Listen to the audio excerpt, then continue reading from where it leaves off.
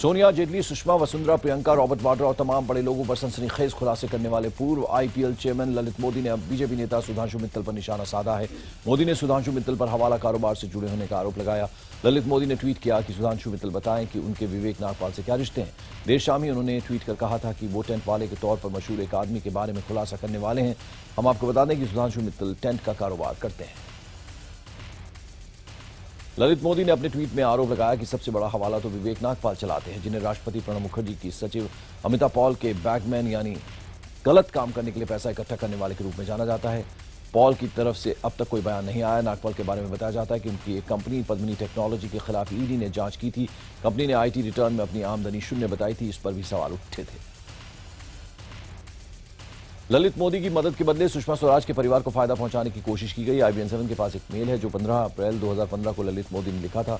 इन्फोडेल industry की company secretary को लिखे ईमेल में ललित मोदी ने सुषमा स्वराज के पति स्वराज कौशल को अतिरिक्त निदेशक बनाने की सिफारिश की। एक तरफ जहां सुषमा स्वराज ने ललित मोदी को वीजा दिलाने में मदद की, तो वहीं दूसरी तरफ ललित मोदी ने सुषमा के पति स्वराज कौशल को अपने पिता की कंपनी में डायरेक्टर बनाने की सिफारिश की। हालांकि यह प्रस्ताव बाद में 23 अप्रैल को वापस भी ले लिया गया था। रोज नए शिकों छोड़ रहे उद्योगपति ललित मोदी ने राजनीति पार्टी बनाने का ऐलान कर दिया। उन्होंने ट्विटर पर अपील की कि जो भारतीय राजनीति को स्वच्छ बनाना चाहते हैं वो उनकी पार्टी से जुड़े हैं। ललित ने आगे लिखा कि मैं ऐसे ही खुलासे करता रहूंगा, मुझे किसी चीज का डर नहीं है। मैंने अपने देश को और IPL को 47,000 करोड़ रुपए दिए हैं। उन्होंने खोजी पत्रकारों को भी अपनी पार्टी में शामिल होने का न्यौता दिया है। 206 करोड़ रुपए के घोटाले में फंसी महाराष्ट्र की महिला एवं बाल विकास मंत्री पंकजा मुंडे ने सभी आरोपों से इनकार किया। पंकजा ने कहा कि मुझ पर लगाए गए सभी आरोप राजनीति से प्रेरित हैं, मेरे खिलाफ साजिश रची जा रही है। पंकजा ने कहा कि आधे से ज्यादा कॉन्ट्रैक्ट पिछली सरकार ही दे चुकी थी और वो वही रेट कॉन्ट्रैक्ट और नियमों को फॉलो कर रही थी। पंकजा ने साफ किया कि उन्होंने टेंडर देने में कोई गड़बड़ी नहीं की। सांसदों के लिए नए सालाना पे पैकेज का प्रस्ताव रखने की खबर है, जिसके तहत इनकी सालाना सैलरी 57 लाख हो जाएगी। एक संसदीय पैनल ने प्रस्ताव रखा कि सांसदों का वेतन दोगुना कर देना चाहिए और पूर्व सांसदों की पेंशन में 75% की बढ़ोतरी कर देनी चाहिए। सरकारी सूत्रों के मुताबिक ऐसे तकरीबन 60 प्रस्ताव रखे गए हैं। कमेटी ने इस पर यह तर्क दिया कि सांसदों की सैलरी में फेरबदल आखिरी बार 5 साल पहले 2010 में हुए थे। विदेशों में कालाधन जमा कर रखने वालों के लिए सजा से बचने का अंतिम मौका है। अगर वो 30 सितंबर तक काले धन की घोषणा कर देते हैं तो उन्हें राहत मिल सकती है। वित्त मंत्रालय ने कालाधन अधिनियम के तहत कंप्लायंस विंडो की तारीखें घोषित कर दी हैं।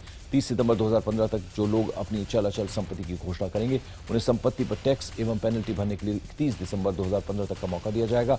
इसी साल 26 मई से कानून के तौर पर लागू हुए कालाधन अधिनियम के तहत कालाधन रखने वालों पर 10 साल तक की सजा का प्रावधान है। गृह राज्य मंत्री किरण रिजिजू को प्लेन में सीट देने के लिए न सिर्फ यात्रियों को घंटे भर इंतजार कराया गया, बल्कि पहले से टिकट लेकर बैठे 3 यात्रियों को भी उतार दिया गया। बताया जा रहा है कि यह घटना 29 जून की है। इस घटना पर बवाल बढ़ने पर किरण रिजिजू ने माफी मांगी। एयर इंडिया की रिपोर्ट के मुताबिक लेह से दिल्ली के लिए एयर इंडिया की फ्लाइट संख्या AI 191 ने 57 मिनट देरी से उड़ान भरी। आज से आधिकारिक तौर पर अमरनाथ यात्रा शुरू हो गई है। गृहमंत्री राजनाथ सिंह भी आज सुबह पवित्र गुफा के दर्शन के लिए जाएंगे। उनके साथ JNK के राज्यपाल NN वोरा भी रहेंगे। अमरनाथ श्राइन बोर्ड के अध्यक्ष होने के नाते प्रथम पूजा वोरा ही करेंगे। राजनाथ और वोरा का सुबह 8 बजे श्रीनगर से चॉपर में उड़ान भरने का कार्यक्रम था और करीब 8:40 पर पवित्र गुफा तक वो पहुंचेंगे। इसके बाद प्रथम पूजा की जाएगी। इस बीच बुधवार को गृहमंत्री राजनाथ सिंह श्रीनगर पहुंचे, जहां उन्होंने राजभवन में उच्च स्तरीय सुरक्षा समीक्षा की बैठक की। अधिकारियों ने अमरनाथ यात्रा को लेकर की गई सुरक्षा तैयारियों के बारे में गृहमंत्री को जानकारी दी। इससे पहले बाबा अमरनाथ के दर्शन के लिए 1280 श्रद्धालुओं का पहला जत्था आज पवित्र गुफा की ओर रवाना हुआ। बुधवार को यात्री बालटाल और नुनवाने बेस कैंप में पहुंच गए। गुरुवार सुबह दोनों बेस कैंप से यात्रियों का जत्था पवित्र गुफा की ओर रवाना हुआ। गुरुवार 2 जुलाई से शुरू हो रही अमरनाथ यात्रा 29 अगस्त तक चलेगी। महाराष्ट्र में सरकारी अस्पताल में इलाज करा रहे मरीजों को गुरुवार से भारी मुश्किलों का सामना करना पड़ सकता है। दरअसल 18 मेडिकल कॉलेज में काम करने वाले करीब 4,500 रेजिडेंट डॉक्टर्स आज से अनिश्चितकालीन हड़ताल पर हैं। इन अस्पतालों में शामिल हैं JJ नायर, KM और सेंट जॉर्ज अस्पताल। डॉक्टरों ने अपना स्टाइपेंड बढ़ाए जाने, काम के घंटे तय किए जाने और सुरक्षा दिए जाने जैसी कई मांगे रखी हैं। डॉक्टरों ने मांग पूरी होने तक हड़ताल पर रहने की बात भी कही। बता दें कि रेजिडेंट डॉक्टरों ने इस बाबत कई बार सरकार से बात की। डॉक्टरों के मुताबिक सरकार ने उनकी बातें नहीं मानी, लिहाजा उन्होंने हड़ताल पर जाने का फैसला किया है। प्रधानमंत्री नरेंद्र मोदी ने अपनी बेहद महत्वाकांक्षी योजना डिजिटल इंडिया को लॉन्च कर दिया। दिल्ली के इंदिरा गांधी स्टेडियम में तमाम बड़े उद्योगपतियों की मौजूदगी में PM ने इस योजना को लॉन्च किया। डिजिटल इंडिया वीक के तौर पर देश भर में 1 हफ्ते तक इससे जुड़ा कार्यक्रम चलेगा। डिजिटल इंडिया का मकसद लोगों को इंटरनेट से जोड़ना है ताकि उन्हें रोजमर्रा से जुड़ी सुविधाएं ऑनलाइन मिल सकें। इस मौके पर रिलायंस इंडस्ट्रीज के चेयरमैन मुकेश अंबानी ने कहा कि डिजिटल इंडिया से देश में क्रांतिकारी बदलाव होंगे। सरकार की इस योजना से उत्साहित मुकेश अंबानी ने इस अभियान में 2.5 लाख करोड़ रुपए के निवेश का भी ऐलान किया। मुकेश अंबानी ने कहा कि RIL सस्ते दाम पर स्मार्टफोन बनाने में फोकस करेगी। उन्होंने इंडिया डिजिटल स्टार्टअप फंड बनाने की भी घोषणा की। उन्होंने कहा कि ई-गवर्नेंस को बढ़ावा देने के लिए वो केंद्र और राज्य सरकारों के साथ मिलकर काम करेंगे। डिजिटल इंडिया प्रोग्राम में टाटा सन्स की भी बड़ी भागीदारी होगी। टाटा समूह के चेयरमैन साइरस मिस्त्री ने कहा कि TCS इस साल 60,000 लोगों को नौकरी देगी। आदित्य बिरला समूह के चेयरमैन कुमार मंगलम बिरला ने कहा कि सरकार का यह अभियान देश की ग्रोथ के लिए एक बड़ा कदम है। उन्होंने कहा कि उनकी कंपनी आइडिया डिजिटल इंडिया कार्यक्रम में पार्टनर बनेगी। डिजिटल इंडिया कैंपेन पर सरकार 1 लाख करोड़ रुपए से ज्यादा खर्च करेगी। इसके जरिए सरकारी सुविधाओं और योजनाओं को ऑनलाइन किया जाएगा। 2019 तक 2.5 लाख गांवों और अस्पतालों को ब्रॉडबैंड से जोड़ा जाएगा। डिजिटल इंडिया के फायदों की बात करें तो जमीन मकान की रजिस्ट्री में कागजी काम खत्म होगा। अस्पतालों में ऑनलाइन अपॉइंटमेंट लिया जा सकेगा।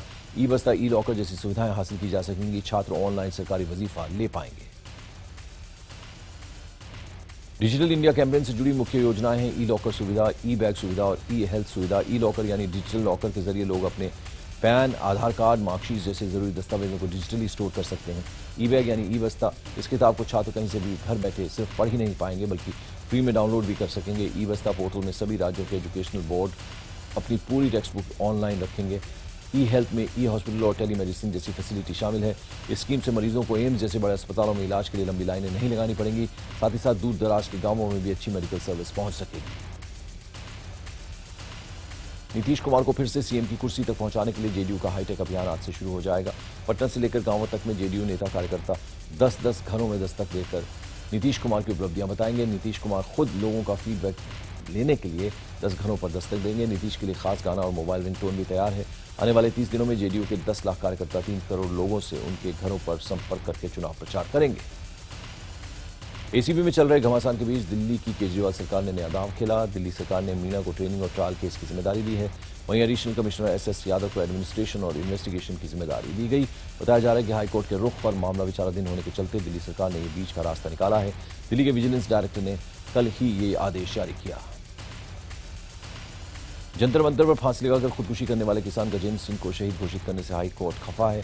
हाईकोर्ट ने इस मामले में दिल्ली सरकार को फटकार लगाई। हाईकोर्ट ने दिल्ली सरकार से पूछा कि किस गाइडलाइन के तहत गजेंद्र को शहीद का दर्जा दिया गया। हाईकोर्ट ने 4 हफ्ते में दिल्ली सरकार से जवाब तलब किया है। फूड एंड एडल्ट्रेशन विभाग ने दिल्ली में आजादपुर फल मंडी में छापेमारी की। दिल्ली सरकार के अधिकारी कई टीमें बनाकर पूरी मंडी में आम के गोदाम पर छापेमारी कर उन सैंपल्स को सील कर रहे थे जिन्हें केमिकल से पकाया गया था। विभाग का कहना है कि मंडी में जो भी आम केमिकल से पकाकर बेचे जा रहे हैं उन सभी पर कार्रवाई होगी। फूड विभाग की इस कार्रवाई से कारोबारी नाराज है। उनका कहना है कि आम पकाने का जो तरीका सरकार मान्य कर रही है वो व्यावहारिक नहीं है। सुप्रीम कोर्ट ने एक अहम फैसले में कहा कि शादी का झांसा देकर रेप करने वाले मामलों में किसी भी तरह की मध्यस्थता नहीं हो सकती। फैसले में सुप्रीम कोर्ट ने कहा कि महिला का शरीर मंदिर जैसा है। सुप्रीम कोर्ट ने निचली अदालत के फैसले को खारिज करते हुए कहा कि दुष्कर्म के आरोपी और पीड़िता के बीच विवाह के नाम पर समझौता दरअसल महिलाओं के सम्मान से समझौता है। भारी बारिश और लैंडस्लाइड की वजह से दार्जिलिंग और सिक्किम के बीच सड़क और फोन संपर्क टूट गया। BRO और रेलवे के अधिकारी मलबा हटाकर रास्ते में फंसे टूरिस्ट को निकालने का प्रयास कर रहे हैं। मोकामा के विधायक अनंत सिंह की मुश्किलें लगातार बढ़ती जा रही हैं। वो अब बाढ़ के चर्चित पुटुस हत्याकांड के भी नामजद आरोपी बन गए हैं और उनके खिलाफ वारंट जारी कर दिया गया है। अनंत सिंह के बाद जेडीयू के एक और बाहुबली विधायक सुनील पांडे कानूनी शिकंजे में फंसते नजर आ रहे हैं। दरअसल आरा कोर्ट से फरार आरोपी लंबू शर्मा ने खुलासा किया कि यूपी के बाहुबली नेता मुख्तार अंसारी को मारने के लिए 50 लाख की सुपारी दी गई। गाजियाबाद की खोड़ा कॉलोनी में 2 दर्जन से ज्यादा हथियारबंद बदमाशों ने केबल कारोबारियों की उसी के ऑफिस में बेरहमी से पिटाई की। ये पूरी वारदात केबल कारोबारी के ऑफिस में लगे सीसीटीवी कैमरे में कैद हो गई। तस्वीरों में साफ दिख रहा है कि 2 दर्जन से ज्यादा हथियारबंद बदमाश केबल कारोबारी के ऑफिस पहुंचते हैं। उनके हाथ में लोहे की रॉड, हॉकी और डंडा साफ नजर आ रहा है। पुलिस सीसीटीवी फुटेज के आधार पर आरोपियों की पहचान कर रही है। मुंबई ATS ने ओशिवारा से 4 लोगों को 30 करोड़ की ड्रग्स के साथ गिरफ्तार किया। ADS ने करीब 151 किलो ड्रग्स आरोपियों के पास से जब्त किया है। चौंकाने वाली बात यह है कि पूरा ड्रग्स का खेल पौश इलाके ओशिवारा के एक रिहायशी इमारत में चल रहा था। ATS सूत्रों के मुताबिक पकड़े गए आरोपी MD ड्रग्स को उसी इमारत में बनाते थे और फिर लोगों को बेचते थे। आगरा में एक छात्र हर्षित ने अपनी मेहनत के दम पर IIT की परीक्षा पास कर ली और आज से उनकी काउंसलिंग भी शुरू हो गई है। लेकिन पैसों की कमी की वजह से ये छात्र एडमिशन नहीं ले पा रहा। परिवार को उम्मीद है कि सरकार कुछ मदद करेगी। उत्तर प्रदेश के मुख्य सचिव विवाद में फंस गए हैं। उन पर आरोप लगाया कि उन्होंने वृंदावन के विश्व प्रसिद्ध बांके बिहारी मंदिर में अपनी पत्नी और अपने सहयोगियों के साथ मंदिर परिषद में बैठकर भोजन किया, जबकि न्यायालय के आदेश के मुताबिक ऐसा नहीं किया जा सकता है। यूपी के गाजियाबाद में एक बार फिर से ऑनर किलिंग का मामला सामने आया। इस मामले में लड़का और लड़की तो बाल बाल बच गए, लेकिन लड़की की मां और चचेरे भाई को गोली मार दी गई। फिलहाल पुलिस ने मामला दर्ज कर जांच शुरू कर दी है। अमृतसर के वाघा बॉर्डर पहुंचने वाले दर्शक अब वहां रोजाना होने वाली रिट्रीट सेरेमनी में बॉर्डर पर बीएसएफ के योगदान और देश के बंटवारे की कहानी बॉलीवुड के महानायक अमिताभ बच्चन की आवाज में सुन सकते हैं। आईएमए के अध्यक्ष डॉक्टर सुधीर तिवारी ने जबलपुर में सनसनीखेज खुलासा करते हुए कहा कि डॉक्टर साकले की साधारण मौत नहीं थी, बल्कि उनकी हत्या लेजर गन से की गई। आपको बता दें, डॉक्टर साकले व्यापम घोटाले की जांच समिति के सदस्य थे। मध्य प्रदेश के नरसिंहपुर के केंद्रीय विद्यालय में नाग नागिन के जोड़े ने डेरा डाल रखा है, जिसकी वजह से स्कूल के शिक्षक और छात्र दहशत में हैं। स्कूल में नाग की खबर मिलते ही वन विभाग ने इन्हें पकड़ने के लिए खास मुहिम छेड़ रखी है, लेकिन अब तक उन्हें कोई कामयाबी हासिल नहीं हुई है।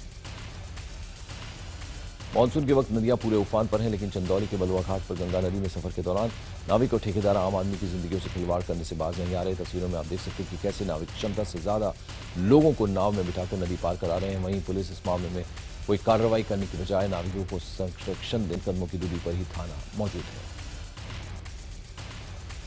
कानपुर में जमीन विवाद के चलते 3 भाइयों ने अपने ही भाई की ईंट मार मारकर हत्या कर दी। फिलहाल पुलिस ने 3 भाइयों में से एक को गिरफ्तार कर लिया, बाकी 2 अब भी फरार बताए जा रहे हैं। बीती रात उत्तर प्रदेश एटीएस की नोएडा टीम ने 10 लाख रुपए के नकली नोट बरामद कर 2 लोगों को गिरफ्तार कर लिया। बताया जा रहा है कि ये लोग जाली नोटों को दिल्ली ले जाने की फिराक में थे। सूत्रों के मुताबिक ये जाली नोट पाकिस्तान में छापे जाते हैं और नेपाल के जरिए भारत में लाए जाते हैं। बताया जा रहा है कि ये नोट भी नेपाल के रास्ते लाए गए थे और इनको दिल्ली से कहीं और भेजे जाने की साजिश रची जा रही थी। एटीएस की टीम को पूछताछ के दौरान कई और अहम सुराग मिले हैं। बताया जा रहा है कि ये एक बहुत बड़ा गैंग है जो भारत के अंदर नकली नोटों का कारोबार करता है। एटीएस टीम पकड़े गए दोनों युवकों से पूछताछ कर इस गैंग के अन्य सदस्यों के बारे में सुराग ले रही है। उत्तर प्रदेश के बलिया में एक तेज रफ्तार गाड़ी ने पीछे से ट्रैक्टर ट्रॉली को टक्कर मार दी। इस हादसे में गाड़ी में बैठे आधा दर्जन यात्री गंभीर रूप से घायल हो गए, जिसमें 2 यात्रियों की मौके पर ही मौत हो गई। उत्तर प्रदेश के बांदा में किसानों की मांगों को लेकर धरना प्रदर्शन कर रहे बीजेपी कार्यकर्ताओं ने डीएम कार्यालय में तोड़फोड़ कर दी। दरअसल ये सभी कार्यकर्ता मौके पर जिलाधिकारी को बुलाने को लेकर हंगामा काट रहे थे। उत्तराखंड के बागेश्वर में लगातार हो रही बारिश से जनजीवन अस्त व्यस्त हो गया। इसके अलावा लगातार बढ़ते जलस्तर की वजह से सरयू और गोमती नदी भी अपने उफान पर हैं। हालात को देखते हुए प्रशासन ने नदियों के किनारे रहने वाले लोगों को अलर्ट जारी कर दिया। साथ ही आपदा की स्थिति में शीघ्र कार्रवाई करने के लिए जिलाधिकारी ने सभी अधिकारियों को जरूरी निर्देश दिए हैं। हरियाणा के स्वास्थ्य एवं खेल मंत्री अनिल विज के मुताबिक लैंड डील घोटाले में ढींगरा कमीशन ने अपनी जांच शुरू कर दी और उनके मुताबिक बहुत जल्द पूर्व मुख्यमंत्री हुड्डा द्वारा वाड्रा को पहुंचाया गया फायदा भी सबके सामने आ जाएगा। राजस्थान के भरतपुर में छेड़छाड़ का विरोध करने पर मनचले युवक ने एक छात्रा पर जानलेवा हमला करते हुए चाकू से वार कर दिया। इस घटना में छात्रा चोटिल हो गई। बाद में नदबई के अस्पताल में उसे भर्ती कराया गया। फिलहाल घायल छात्रा की हालत खतरे से बाहर बताई जा रही है। तो वहीं पुलिस ने कार्रवाई करते हुए आरोपी युवक को गिरफ्तार कर लिया और फिलहाल उससे पूछताछ की जा रही है। अपने ही आश्रम की नाबालिग के साथ यौन उत्पीड़न के आरोप में फंसे आसाराम पर होने वाली सुनवाई गवाह के न पहुंचने की वजह से टल गई। आपको बता दें कि आसाराम की जमानत के लिए सारे गवाहों की सुनवाई होना जरूरी है। जिंदगी की जंग जीतने के 2 दिन बाद सुनीता अस्पताल से घर लौट आई। वहीं राज्य के स्वास्थ्य मंत्री ने डॉक्टर्स से सुनीता का मुफ्त इलाज करने को कहा। तो वहीं सुनीता के घर लौटते पूरे गांव में जश्न का माहौल है। आपको बता दें, सुनीता बीते शनिवार को अपने खेत के बोरवेल में गिर गई थी। करीब 36 घंटे की कड़ी मशक्कत के बाद उसे सही सलामत बोरवेल से निकाल लिया गया। बिहार के भोजपुर जिले के कथराई गांव के पास बने एक पुल के नीचे से पुलिस ने 2 सिलेंडर बम बरामद किए। इलाके में और बम न हो, इसकी जांच के लिए पुलिस बम निरोधक दस्ते के साथ मिलकर सर्च अभियान में जुटी हुई है। हॉकी वर्ल्ड लीग में भारत ने मलेशिया को रोमांचक मुकाबले में 3-2 से हराकर FIH वर्ल्ड लीग की सेमीफाइनल के अंतिम 4 में जगह बना ली। अब टीम इंडिया का मुकाबला कल बेल्जियम और फ्रांस के बीच होने वाले क्वार्टर फाइनल मुकाबले के विजेता से होगा। IPL team royal Challengers Bangalore अगले सीजन से पहले नए फ्रेंचाइजी के हाथ में जा सकती है। RCB की फ्रेंचाइजी Diageo और JSW के बीच डील के लिए बातचीत चल रही है। ये डील 634 करोड़ के आसपास की होगी। इंटरनेशनल मॉनेटरी फंड यानी IMF के कर्ज की करीब 11,000 करोड़ रुपए की किस्त चुकाने की डेडलाइन खत्म होते ग्रीस ने 2.21 लाख करोड़ रुपए का नया कर्ज मांगा। यूरोपियन यूनियन के तहत आने वाले देशों के वित्त मंत्री ग्रीस की इस नई मांग पर विचार करने को तैयार हो गए हैं ताकि ग्रीस यूरोजोन में बरकरार रहे। अभिषेक बच्चन, आसिन, ऋषि कपूर और सुप्रिया पाठक की नई फिल्म ऑल इज वेल का ट्रेलर लॉन्च हुआ है। फिल्म के निर्देशक उमेश शुक्ला हैं। जिन्होंने फिल्म ओ माय गॉड में भी काम किया था और निर्देशन किया था। फिल्म दामिनी में ऋषि कपूर की को-स्टार रही मीनाक्षी शादी का नया रूप देखकर सब हैरान हैं। अमेरिका में रह रही मीनाक्षी के साथ ऋषि ने फोटो ट्वीट कर लोगों से पूछा कि पहचाने मेरे साथ कौन है। इस बार हॉलीवुड फिल्मों ने भारतीय सिनेमाघरों में धूम मचाकर बॉलीवुड की कई बड़ी फिल्मों को चुनौती दी हुई है। 100 करोड़ की कमाई पर फ्यूरियस 7 ने अक्षय की फिल्म बेबी का रिकॉर्ड तोड़ दिया। इसके बाद एवेंजर्स ने फिल्म रॉय, बदलापुर और दिल धड़कने 2 जैसी फिल्मों को पीछे छोड़ा। जून में रिलीज हुई जुरासिक वर्ल्ड ने तो कमाई के सारे रिकॉर्ड तोड़ते हुए फिल्म हमारी अधूरी कहानी को भी बड़ी मात दी है।